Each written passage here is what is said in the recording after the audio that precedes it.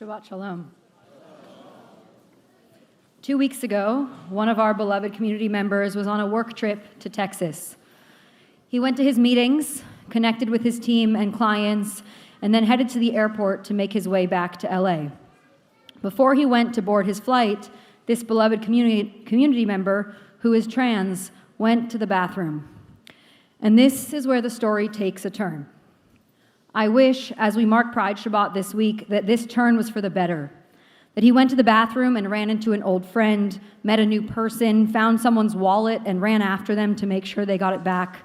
Or maybe ran into a whole group of queer and trans people decked out in pride regalia and took some selfies together. I wish that I was going to tell you that nothing happened. That he walked in, used the bathroom, washed his hands, and walked back out. That he came home with only work stories to share. I wish that were the story I could tell you. But I have to be honest with you about his story and about this moment in which we find ourselves. I tell this story with his permission. As he was washing his hands and getting ready to leave and go to his gate, someone started yelling slurs at him, threatening him. He did not respond. And then, next thing he knew, he was picked up by his backpack straps and thrown against the wall. Attacked in the way so many of us know from high school bullies, throwing people against lockers and threatening them. He watched as his attacker raised a fist to punch him in the face. Punishment for being who he is in the world, punishment for a crime he never committed, a crime that doesn't exist. It never did. And then, in the last moment, someone stepped in, a stranger, one not willing to be merely a bystander. Someone jumped in to help, to let him go. And then he ran out of the bathroom, down the terminal, to the gate, and onto the plane, eventually finding his way back across the country to his loving community and friends.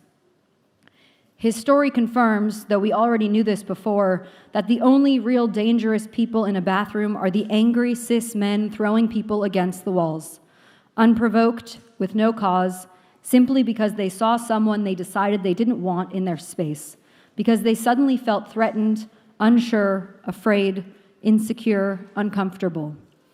This story, sadly, is not a unique one, but it hits a little closer to home knowing that this person is someone we know and love deeply. I wish, after our Pride Shabbat celebration last night, that I could just talk about the joy of the queer community, the effervescence and the love and the color and the pride and the resilience of a community that has been harassed and attacked and demeaned and rejected for so many generations.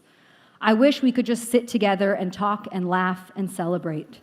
And I pray one day that's exactly what we will do. But today, sadly, is not that day. Instead, I need to tell you his story. I need you to hear it and understand what it means about living in this country right now as a trans person. I need to talk to you about what is happening, and I need to talk about why. I need to talk to you about what is happening, and I need to talk about the world that we still dream of, the world we still hope for and imagine, and the world we fight for with every ounce of our being. Trans people have been fighting for their right to exist for a long, long time, but the last few years, and especially the last few months, have become, as many of you know, impossibly exhausting and terrifying. The endless onslaught of laws that revoke the civil rights of trans people, seemingly constant new executive orders, attacks on trans athletes, attacks on people in bathrooms, challenges to gender-affirming care, bans on trans people in the military, refusal to issue passports with people's correct gender identity, the list goes on. It is such a hard time, such a dark moment, targeting this tiny, tiny population. Trans adults make up less than 1% of the US population. Less than 1%.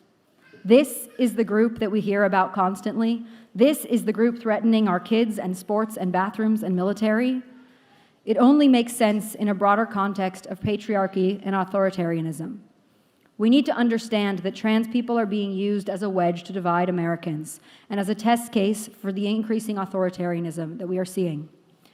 We've seen this playbook used in many times and many places, and it always begins with attacks on a small and vulnerable group. And then, if and when those attacks succeed, they lead to an erosion of civil rights and human rights for everyone. This may be where it starts, but it's never where it ends. All it takes is a strongly worded suspicion from a powerful party, a seed of fear planted from the highest offices, a perceived and constructed threat, and then people's lives are in danger. I think this series of things is actually not unlike what happens in this week's parsha. In this week's parsha, Naso, we encounter the story and ritual of the sota, a story we often skip or overlook because of the discomfort of trying to grapple with it. It comes about in the case in which a husband has a suspicion that his wife has been unfaithful to him. In the case where a husband suspects his wife's infidelity, let's be clear that there is no case showing the reverse, and there needs to be no witness or proof of this suspicion. Then he will bring her to the priest, and the priest will bring her before God. They will uncover her hair, give her something to drink called the water of bitterness, and the way her body reacts to this will prove her guilty or innocent. That is the ritual she is forced to undergo, humiliating on so many levels. Our parsha says, O ish asher ta'avor alav ruach kin'ah v'kineh et ishto. When a man suddenly feels a sense of jealousy come over him, with no provocation in this case, he then forces his wife to go through the demeaning ritual I just outlined. She becomes a spectacle. She becomes the scapegoat for his insecurities, his fears, his suspicion. As we saw before, a strongly worded suspicion from the more powerful party, a seed of fear planted, a perceived and constructed threat. And then she is in danger. She is humiliated and threatened and demeaned for existing in a way her husband suddenly thought was problematic, challenging, unacceptable, bad. But based on what? What proof or truth does he have? What did she do exactly other than exist? What threat did she pose to her husband? Well, those are inconvenient questions. It's easier to just move forward, to just go along with the narrative that there was something wrong with her, something threatening, something bad, something evil, something calculated. There must have been. She must have done something. But it is not true.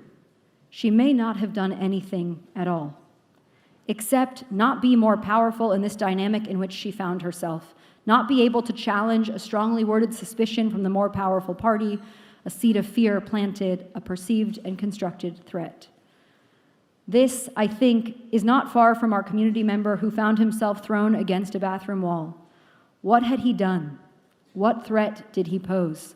He was just trying to wash his hands and leave the bathroom. And then suddenly, he was guilty of something, humiliated, attacked, shamed, demeaned, questioned, berated, just for existing, just for being who he was put in the world to be, a gentle, loving, kind, generous person. That is who he is. That is who he was in that bathroom and running down that terminal and onto the plane. That's all. There's nothing threatening about that person. That soul, that heart yearning to love and be loved, to make the world just a bit better. Who got to decide he was a threat? Who got to decide that the sota was? Just this week, we saw the first application of a new California law related to trans athletes, one of the most politicized and targeted groups in this moment. The California Interscholastic Federation Track and Field Championships were held last Saturday. A.B. Hernandez, like all of the other high school athletes, had been training for years for this moment. As they all got ready for their races, it reached 3-digit temperatures.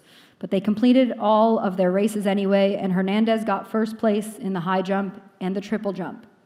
I can only imagine the way her heart sank a bit after that, though. In the moment, she should have only been celebrating, because this new policy allows trans athletes to compete, but if they win, then they will share that title with the next closest cisgender athlete who placed. And so Hernandez stood on top of the podium with 2 other girls who had finished behind her. A tie, they called it, for first place. Yes, this was in California. All because someone in a position of power was suddenly suspicious, planted a seed of fear, presented a perceived threat related to Hernandez and all the other trans kids just trying to play sports. We have seen this most in the NCAA and Olympic conversations the last few years, where, of course, of the 500,000 NCAA athletes, fewer than 10 are trans. And we see it now in high school sports, too. A.B. Hernandez could not have her high jump win on her own. She is too, they say, threatening. She is just a 16-year-old girl, one who has worked so hard to get to where she is, She is probably just starting to drive herself to school, hanging out at the mall with her friends, trying out the newest TikTok makeup trends. She's just a teenage girl who wants to run and jump.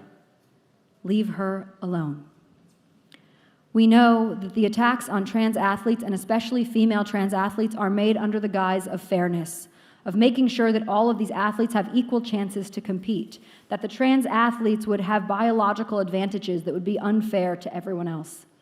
In order to really dissect these claims, let's look at an example, with gratitude to Skylar Baylor for his work on these subjects. Let's take someone like Michael Phelps, the winningest Olympian of all time. He has certain biological features that lent him some of his success.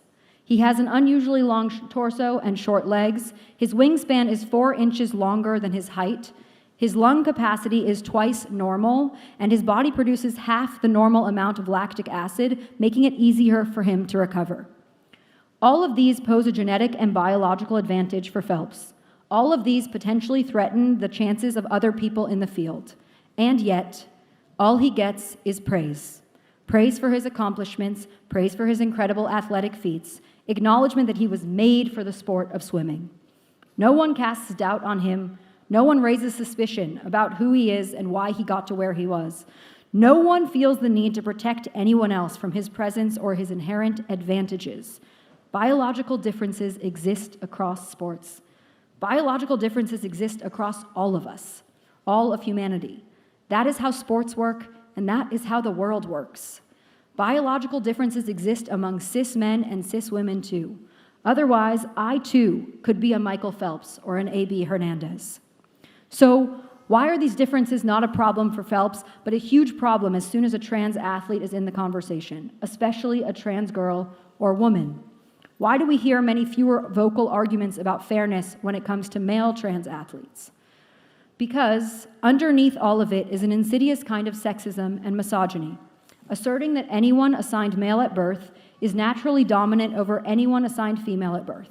Whether those people are cis or trans, the underlying assertions are the same. It is all part of the hierarchy of an understanding of men and women in which cisgender men will always be stronger, faster, more physically capable than any trans man, cisgender woman, or trans woman. I can't believe we still have to articulate that in 2025, but we do. It is about any threat to that patriarchal and misogynist worldview, that binary, that foundation upon which so much havoc has been wreaked on the lives of queer and trans people for generations. It is about reaffirming the cisgender, white, heterosexual patriarchy over and over and over. It is about transphobia, it is about racism, and it is about misogyny.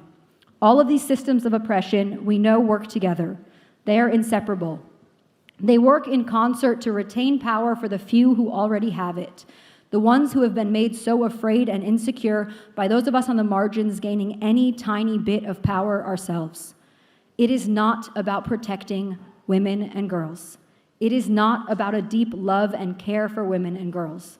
In what other arenas have you heard those same voices supporting women's sports? In what other moments have you heard them fight for pay equity or publicly share their devotion to their favorite women's sports team or wear the now very famous "Everyone Watches Women's Sports" t-shirts? Right. It must not actually be about supporting women or women's sports. And it could not be less about fairness. It is about keeping as many people as possible small and afraid and suspicious and quiet.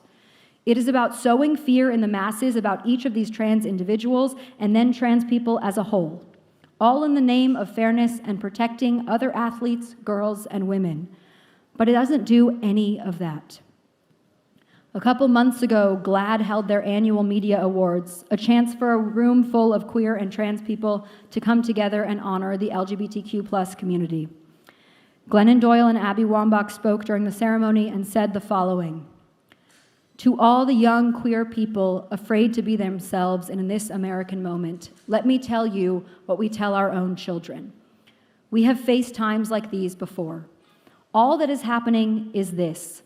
For the world order these guys dream of to take hold, they need the rest of us to submit by slowly going numb, by slowly going dead inside.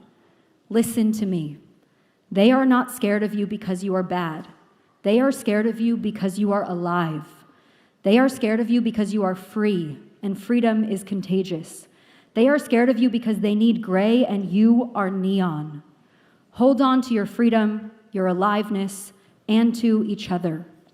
Hold on to your freedom, your aliveness, and to each other. That is what we have in the face of everything. We have each other, we have our aliveness, and no matter what anyone tries to tell us, we have our freedom. Remember that. And remember these stories. Don't look away from them. Remember A.B. Hernandez. Remember all the trans people in our community and around the country whose very existence is being attacked day in and day out. Support our queer community here at IKAR, where we're working always to make this place a place of love and safety for everyone. Support our organizing team as we work on the proposed legislation that is working to protect trans people in our state. Support some of our great partners this Pride Month who are doing this sacred work round the clock. Show up and be heard, be seen. Our parsha ends in a place very different from where it started. It ends with Birkat Kohanim, the priestly blessing, some of the oldest words we know in our tradition, a blessing parents give their children every Friday night, and that you just heard Yael's parents give her a few minutes ago. Yivarechecha Hashem v'yishmerecha, Ya'er Hashem panav elecha v'chunecha, Yisa Hashem panav elecha v'yasem lecha shalom. May God bless you and keep you. May God be gracious to you. May God lift up God's face to you and grant you peace. The first line is understood to be a reference to material blessings. May you be blessed with sustenance and physical health. The second, interpersonal blessings of grace between people. The third, very personal. May God really see you, notice you, care about you. These blessings in our parsha are offered for everyone, for all the people wandering in the desert, and for all of us. And that is the world we are striving to create. That is the world we imagine. A world where Pride Month is only a chance to honor and celebrate the beauty and joy and neon of the LGBTQ+ community. A world where everyone can go on a work trip, go to the bathroom at the airport on the way home, and come back with no stories to tell. A world where suspicion and fear and perceived threats are not the basis for humiliation and demeaning of millions of people. A world where A.B. Hernandez can win the high jump in her own right because she earned it. A world where each and every person is given the love and care and respect they deserve simply for existing as they are in the world, for being who they are, a perfectly created image of the divine. And that is the world the parsha leaves us with, a blessing that reminds us of what we can be at our best, a reminder of what it looks like and feels like to be protected, seen, known, and loved. May we live to see that day. To borrow a translation of the priestly blessing from Rabbi Jordan Bernat Appel, may you be blessed and safe. May you be luminous and loved. May you be joyous and whole.